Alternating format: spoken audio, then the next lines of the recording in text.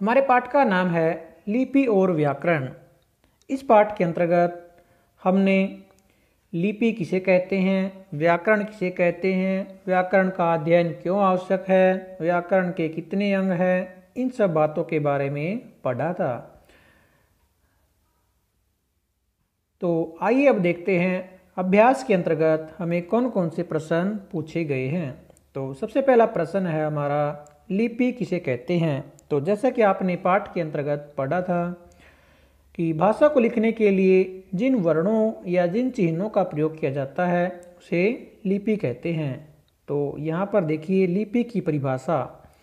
तो यहाँ आपने लिखना है, किसी भाषा के लिखने में प्रयुक्त होने वाले चिन्हों अथवा वर्णों को लिपि कहते हैं। तो यहाँ से यहाँ तक आपने इस प्रश्न के उत्तर में लिखना है। आगे दूसरा प्रश्न हमारा है, व्याकरण की परिभाषा दीजिए। तो व्याकरण किसे कहते हैं?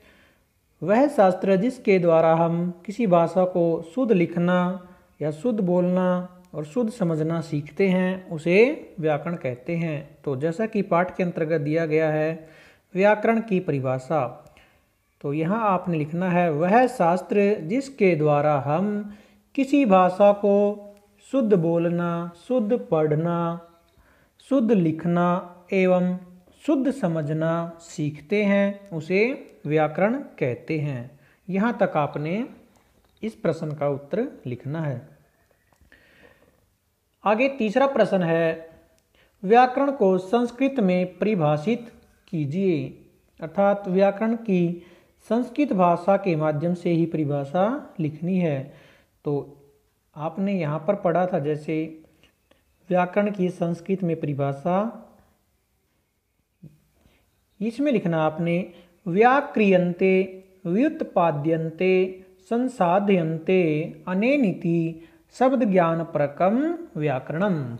अर्थात जिस शास्त्र के द्वारा शब्दों की उत्पत्ति, शब्दों के अर्थों को निश्चित किया जाता है, शब्दों की उत्पत्ति की जाती है और शब्दों में संशोधन किया जाता है, उसे उस शब्द का ज्ञान कराने वाले शास्त्र को हम व्याकरण कहते हैं। आगे हमारा प्रश्न है, भाषिक व्यवस्था के आधार पर, प्रश्न 4, भाषिक व्यवस्था के आधार पर व्याकरण के कौन कौन से अंग होते हैं। तो जैसा कि आपने पढ़ा था, भाषिक व्यवस्था के आधार पर व्याकरण के 3 अंग होते हैं। तो वो 3 अंग कौन कौन से हैं, यहाँ आपने लिखना है, भाषिक व्यवस्था के आधार पर व्याकरण के 3 अंग माने जाते हैं।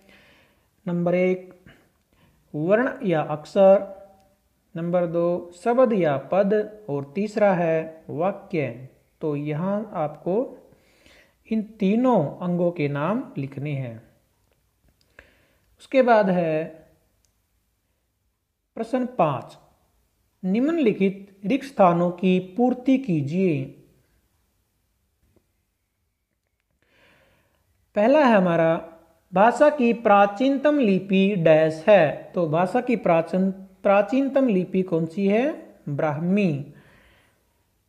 तो इसका सही उत्तर हो जाएगा हमारा ब्राह्मी। तो हम रिक्त स्थान में ब्राह्मी को फिल कर देंगे। उसके बाद दूसरा है हमारा, व्याकरण शब्द डैश धातु से बना है। तो जैसा कि आपने पाठ में पढ़ा था, व्याकरण शब्द क्री धातु से बना है। तो सही उत्तर हमारा हो जाएगा क्री। क्री को हम रिक्त स्थान में भर देंगे। आगे है, मुख्यतः व्याकरण के डैश अंग होते हैं। तो व्याकरण के अभी जैसा कि ऊपर प्रश्न में हमने पढ़ा था, व्याकरण के मुख्यतः 3 अंग होते हैं। तो हमारा सही उत्तर हो जाएगा 3। आगे है, लिखने में प्रयुक्त होने वाले चिन्ह डैश कहलाते हैं। तो लिखने में प्रयुक्त होने वाले चिन्हों को हम क्या कहते हैं? लिपि। तो हमारा सही उत्तर हो जाएगा लिपि को हम यहाँ पर राइट कर देंगे। आगे है, आजकल संस्कृत भाषा डैश लिपि में लिखी जाती है। तो संस्कृत भाषा जो आजकल है यानी आधुनिक संस्कृत की जो लिपि है वो है देवनागरी, और जो प्राचीन लिपि संस्कृत की थी वो थी ब्राह्मी, जैसा कि ऊपर फर्स्ट प्रश्न में लिखा गया है। आगे है व्याकरण भाषा को डैश रूप प्रदान करता है। व्याकरण भाषा को डैश रूप प्रदान करता है, तो व्याकरण भाषा को कैसा रूप प्रदान करता है? मानक। तो सही उत्तर हो जाएगा मानक।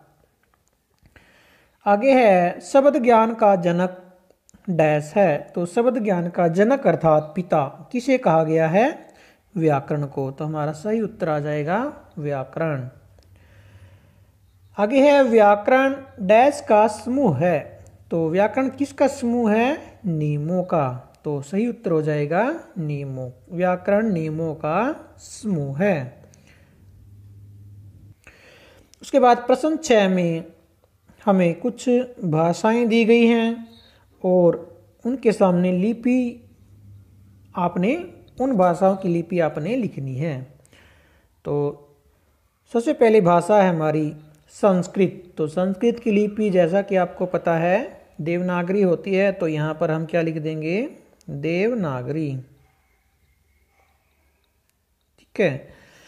उसके बाद हिंदी। हिंदी की लिपि भी क्या होती है? देवनागरी। तो देवनागरी को हम यहाँ राइट कर देंगे। उसके बाद अंग्रेजी। अंग्रेजी की लिपि हमारी होती है रोमन, तो अंग्रेजी के सामने हम लिख देंगे रोमन। उसके बाद है पंजाबी। पंजाबी की लिपि हमारी होती है गुरुमुखी, तो पंजाबी के सामने हम लिख देंगे गुरुमुखी।